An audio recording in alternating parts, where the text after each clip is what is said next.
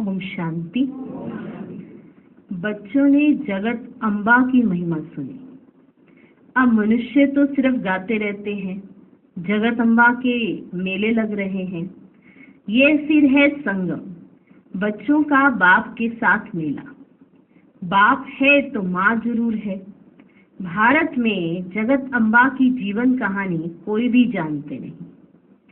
जगत को रचने वाली अर्थात जगत अम्बा। जगत अम्बा के मंदिर भी हैं। अभी तुम बच्चों को समझ मिली है, ज्ञान का तीसरा नेत्र मिला है।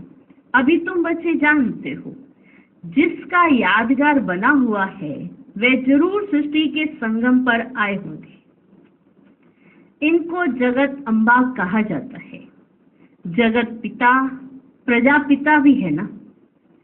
इस बेहद ड्रामा का आदि मध्य अंत क्या है और मुख्य एक्टर्स कौन से हैं ये कोई नहीं जानते।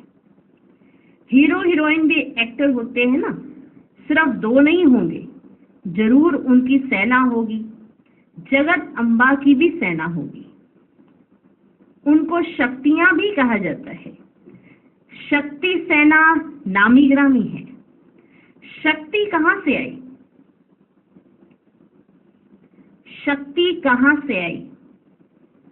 जरूर सर्वशक्तिमान परमपिता परमात्मा से ही शक्ति ली होगी। ये तो सब मानते हैं। ऊंच से ऊंच भगवान है, उनको ही सत श्री अकाल कहते हैं। अकाली जो होते हैं वे निराकार को मानने वाले होते हैं। कौन?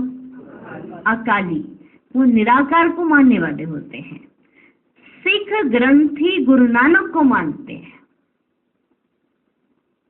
समझे? अकाली निराकार को मानते हैं, सिख ग्रंथी गुरु नानक को मानते हैं।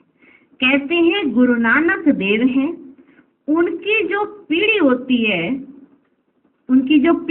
है, उनके 10 बादशाहों के नाम भी भिन्न भिन्न है। ठीक, उनकी पीढ़ी चली आई है जो, उसके 10 बादशाहों के नाम हैं, वो अलग अलग हैं। कोई का सिंह, कोई का दास, कोई का चंद्र भी नाम होगा। सबके नाम भिन्न भिन्न हैं। और अकाली जो हैं वे अकाल मूर्त को मानते हैं, समझे? सत श्री अकाल, ये किसकी महिमा की? परम पिता परमात्मा की। तो सिद्ध करते हैं सत्य सिर्फ एक श्री अकाल मूर्त परमात्मा ही है। तुम कह सकते हो सत्य श्री अकाल, तुम उनको जानते हो। वे सिर्फ अक्षर कह देते, अर्थ कुछ भी नहीं जानते। तुम तो जानते हो सत्य श्री अकाल को। तुम कह सकते हो सत्य श्री अकाल, क्योंकि तुम अर्थ जानते हो। उनकी बायोग्राफी को भी तुम जानते हो। विचार सागर मंथन भी तुम बच्चों को करना है। बाप तो ज्ञान का सागर है, उसने कलश माताओं को दिया है। ये है बड़ी मम्मा, और फिर तुम अनेक माताएं हो। जगत अम्बा की अनेक बच्चियां और बच्चे हैं। ये जगत अम्बा है, फिर पिता भी जरूर है। तुम जानते हो ये जगत अम्बा कौन है, किसकी बच्ची है तो मनुष्य। 8-10 भुजाएं तो नहीं है। इतनी भुजाएं क्यों दी हैं, ये किसको पता ही नहीं है। तो ऊंच से ऊंच वे सत्य परमात्मा है। तुम बच्चों को समझाया गया है परम पिता परमात्मा, जिसको हम रूप बसंत कहते हैं। रूप भी है और फिर बसंत ज्ञान सागर है। इतना छोटा सा स्टार वे ज्ञान सागर है। इतना छोटा सा स्टार वे ज्ञान सागर है। वंडर है ना? बच्चों को समझाया है बाप है बिंदी रूप, उसमें बरोबर सारा पाठ है। भक्ति मार्ग में भक्तों की भावना पूरी करते हैं। ये सारी ड्रामा में नूंद है। जिस समय जिसकी जो भावना है वे ड्रामा में पहले से ही नूंदी हुई है। तुम्हारी ये पढ़ाई भी ड्रामा में नूंद है। जो पार्ट रिपीट हो रहा है समझने की बात है ना। तुम अच्छी रीति समझा सकते हो। ऊंच ते ऊंच भगवान सब कहते हैं। वह है निराकार, निर्भय, निर्वैर। याद आया? निराकार, निर्भय, निर्वैर, अकाल मूर्त। याद आया? उनका कोई के साथ वैर नहीं। तुम्हारा भी कोई के साथ वैर नहीं है। तुम सबके कल्याणकारी हो। अगर किसका वैर है, यहां अगर किसी का किसी से वैर है तो उनको हाफ कास्ट कहेंगे। हाफ कास्ट माना आधा शूद्र आधा ब्राह्मण। क्या कहेंगे? हाफ कास्ट, आधा शूद्र आधा ब्राह्मण। ये विकारों की खाद कंप्लीट निकल जाएगी तब सच्चा ब्राह्मण कहेंगे। अभी तो आधा आधा है। कलयुगी तमोप्रधान संस्कार भरे हुए हैं, वे निकलने हैं। अभी तुमको ना देवता ना शूद्र, बीच का ब्राह्मण कहेंगे। सुन रहे हो? वे भी संपूर्ण नहीं बने हो, बीच के ब्राह्मण भी संपूर्ण नहीं बने हो। जगत अम्बा को देवता नहीं कहेंगे। जगत अम्बा जब संपूर्ण बन जाती है उसके बाद देवता बनती है। अभी ब्राह्मण है। ब्रह्मा की बेटी सरस्वती है, परंतु ये कोई नहीं जानते ब्रह्मा कब आया जो मुख वंशावली रचना रची। उसको ही शिव शक्ति सेना कहा जाता है। तो तुम जानते हो वह ऊंच से ऊंच बाप परम पिता परम धाम में रहने वाले हैं। फिर सूक्ष्म वतन में है ब्रह्मा विष्णु शंकर। प्रवृत्ति मार्ग होने के कारण वे भी युगल दिखाते हैं। प्रवृत्ति मार्ग दिखाने के लिए इसलिए ब्रह्मा विष्णु महेश को भी युगल रूप में दिखाते हैं। विष्णु को पूरा युगल दिखाते हैं। ये सब बुद्धि में रहना चाहिए। ये सब पॉइंट तुम्हारी बुद्धि में होने चाहिए। मनुष्य कहेंगे हम एक्टर हैं, तो मनुष्यों को ड्रामा के आदि मध्य अंत का मालूम होना चाहिए ना। ऊंच से ऊंच भगवान कौन है, ब्रह्मा विष्णु शंकर कौन है, क्या और भी 8, 10, 100 भुजा वाला कोई है कोई 8, 10, 100 भुजा वाला? नहीं, ये सब चित्र फालतू है। ब्रह्मा की 100 भुजा दिखाते हैं। अब यह तो प्रजापिता है, 100 भुजा की तो कोई बात ही नहीं है। ये सब रोंग है। वास्तव में राइट वास्तव में क्या है वह भी समझना चाहिए। ऊंच से ऊंच भगवान जो परम धाम में रहते हैं है स्टार। विष्णु को भी 4 भुजा दिखाई है, 2 भुजा लक्ष्मी की और 2 भुजा नारायण की। जैसे रावण के 10 शीश दिखाते हैं, 5 स्त्री के विकार और 5 पुरुष के। पहले मुख्य विकार है देह अभिमान, फिर और विकार नंबरवार आते हैं। सूक्ष्म वतनवासी ब्रह्मा तो है अव्यक्त, प्रजापिता ब्रह्मा तो यहाँ चाहिए ना। ये जब संपूर्ण बन जाते हैं तो सूक्ष्म वतन में फरिश्ते बन जाते हैं। तुम भी फरिश्ते बन जाते हो। वहां तुम्हारा शरीर हड्डी मांस का नहीं होता है, उनको फरिश्ता कहा जाता है। ब्रह्मा तो प्रजापिता यहाँ है। फिर विष्णु 2 रूप से पालना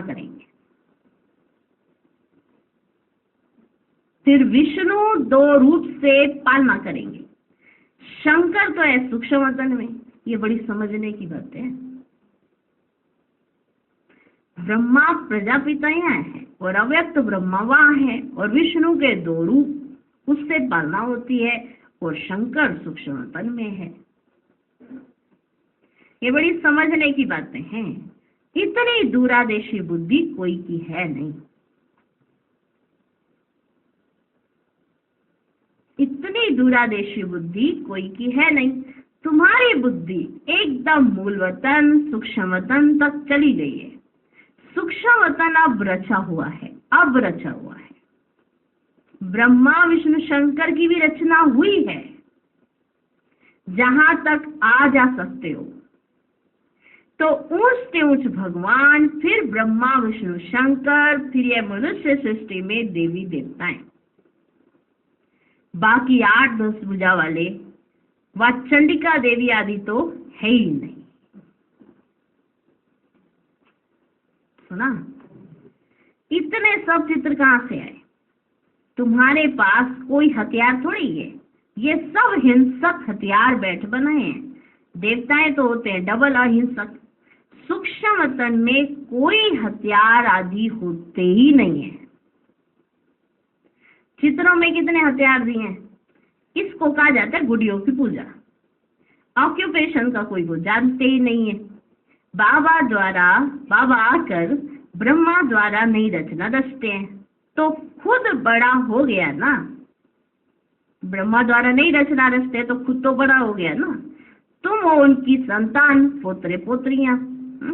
समझने वाले समझते भी हैं, परंतु फिर यह नहीं समझते कि सबकी मौत होनी ही है।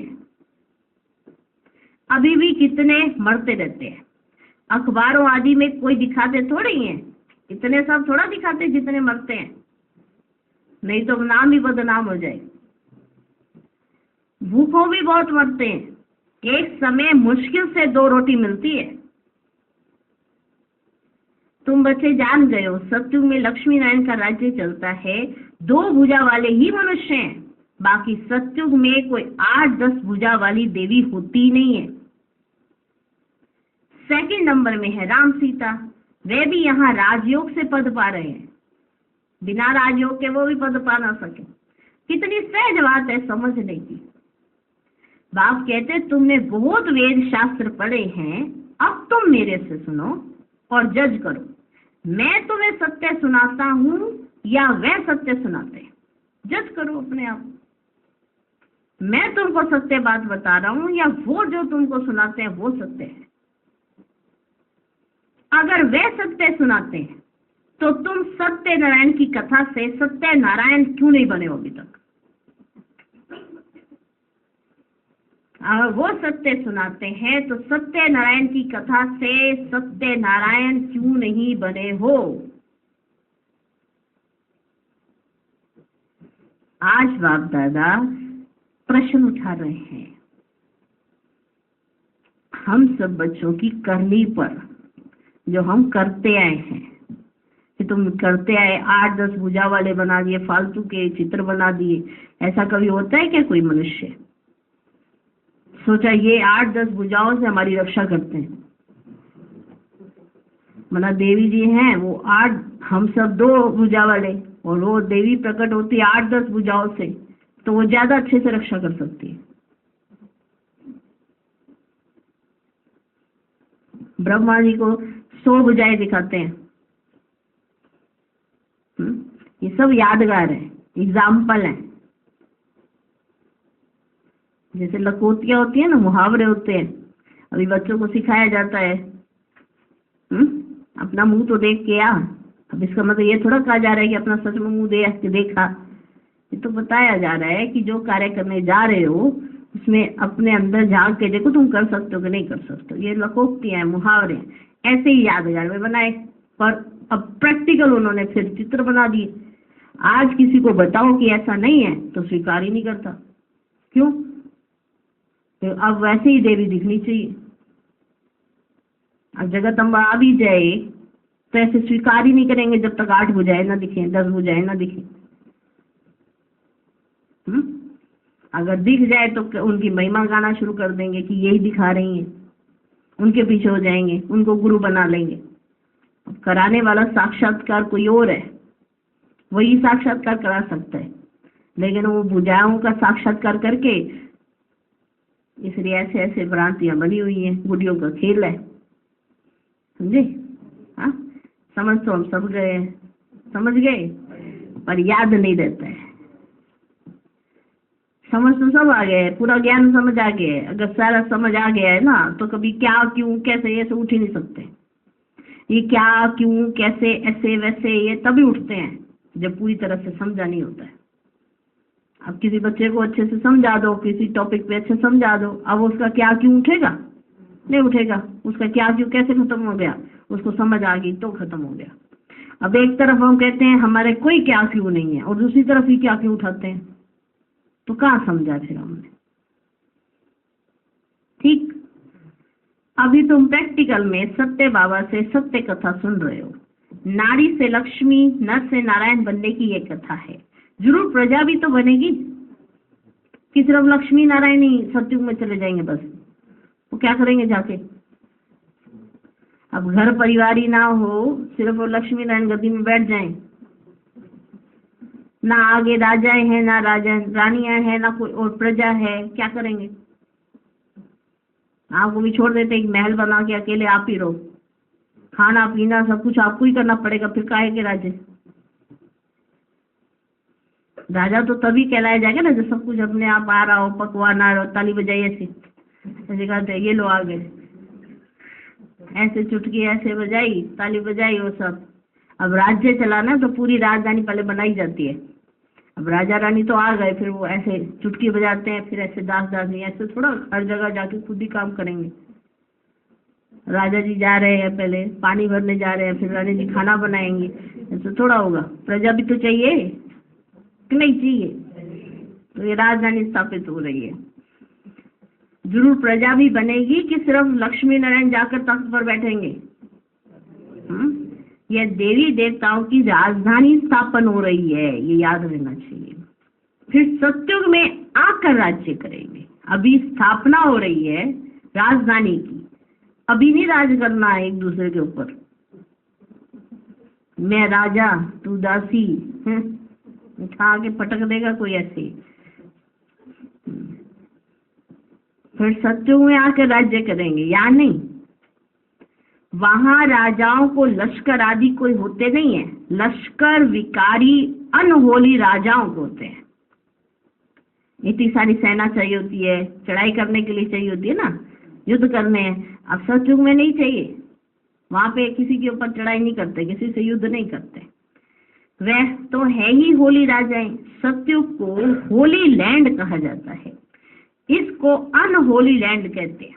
बहुत पुराने पतित हो गए हैं, नए को पुराना बनना ही है। शरीर भी पहले नया फिर पुराना होता है, यह तो बुद्धि में बैठना चाहिए ना। मनुष्य होते हुए भी ड्रामा के आदि मध्य अंत को नहीं जानते। तुम जानते हो ऊंच त्यों शिव बाबा मूल वतन में रहते हैं, उसको निराकारी दुनिया कहा जाता है। आत्माएं बिंदी भी वहां रहती हैं, परंतु बिंदी रूप ही दें तो कोई समझ कैसे सके? बिंदी की पूजा कैसे करेंगे? शिव बाबा के बिंदी रूप की पूजा कैसे करें? तिलक कैसे लगाएं? बाबा ऐसे होता ना, इसे आप बिंदी याद करें। अब मान लो चित्रों में भी हम यहाँ बिंदी बना दे, बस ऐसे बिंदी लगा दी, तो ऐसा कोई याद ना कर सके। इसे देखो कितना सुंदर स्वरूप ऐसे बनाया होता है तो बाबा एक बिंदी, हम भी एक बिंदी हैं। देखो ये वंडरफुल बात है। बाबा कहते अगर शिव बाबा को एक सिर्फ बिंदी रूप में दें तो उसकी पूजा कैसे कर सके? अब शिव बाबा को फिर तिलक कैसे लगा सके? तिलक लगेगा बिंदी को? नहीं लगा सकेंगे। बाबा अमरनाथ पर भी गए हुए हैं। ब्रह्मा बाबा अमरनाथ पर गए थे। आप में से कौन गया अमरनाथ?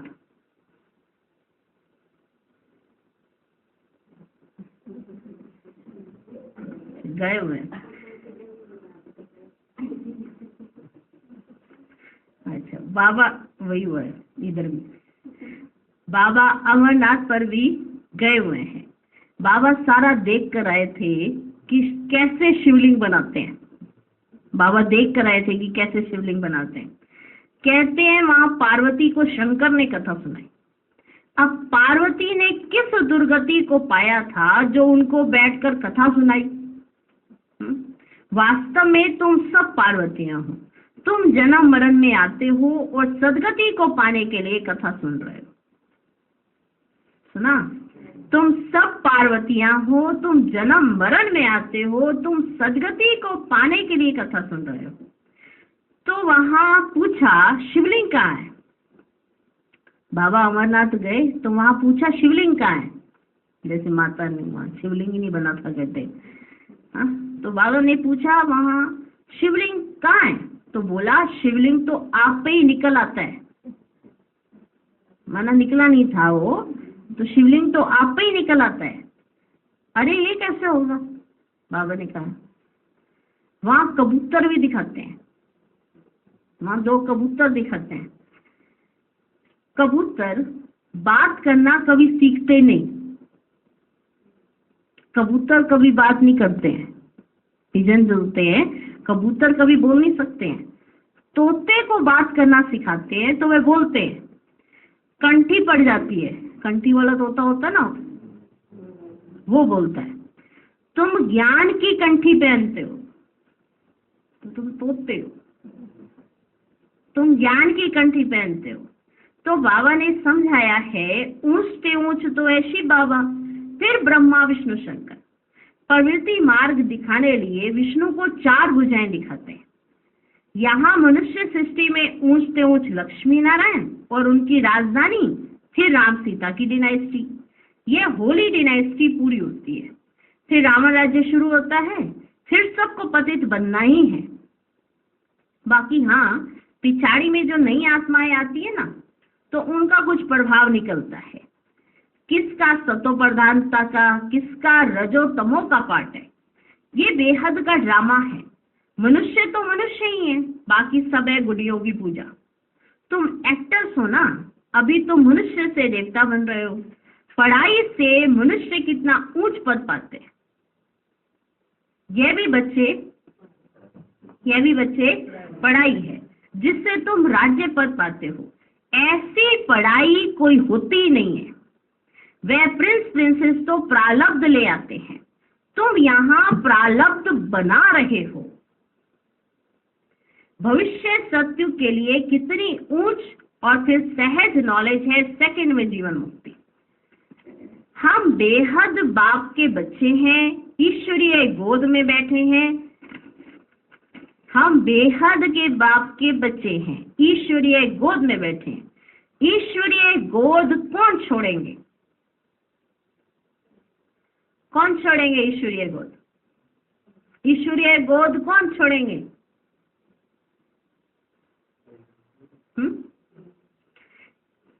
तो इस ड्रामा के आदि मध्य अंत को समझना है। बाप तो यथार्थ रीति बैठ समझाते हैं।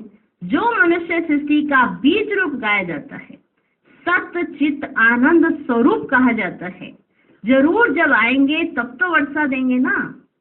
तुम सचखंड के मालिक देवी देवता बनते हो, कोई डर की बात नहीं है। यहाँ तो कितना डर रहता है कोई चढ़ाई ना कर दे।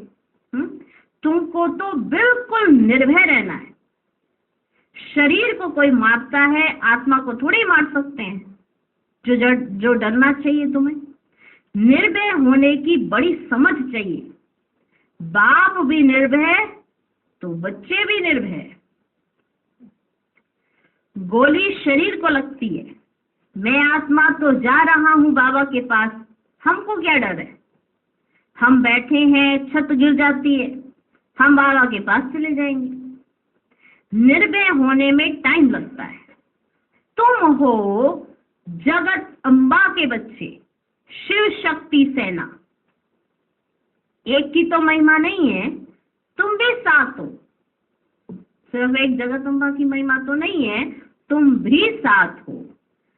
ये कमांडर है, तुमको रूहानी ड्रिल सिखलाते हैं। तुम उनके बच्चे हो, तुम हो लक्की सितारे। ये सरस्वती भी लक्की सितारा है, ब्रह्मा की बेटी है ना। उस ज्ञान सूर्य का चंद्रमा तो यह है ना ब्रह्मा। परंतु ये मेल होने के कारण माता पर कलश रखा जाता है। अच्छा, मीठे मीठे सिकिलत है। ब्रह्मा मुखवंशावली, ब्राह्मण कुलभूषण, स्वदर्शन चक्रधारी बच्चों प्रति माता पिता बाप दादा का दिल व जान सिख व प्रेम से नंबरवार पुरुषार्थ अनुसार याद प्यार और गुड मॉर्निंग। रूहानी बाप की रूहानी बच्चों को नमस्ते। हम रूहानी बच्चों की भी रूहानी बाप दादा को नमस्ते नमस्ते नमस्ते। Good morning good morning good morning.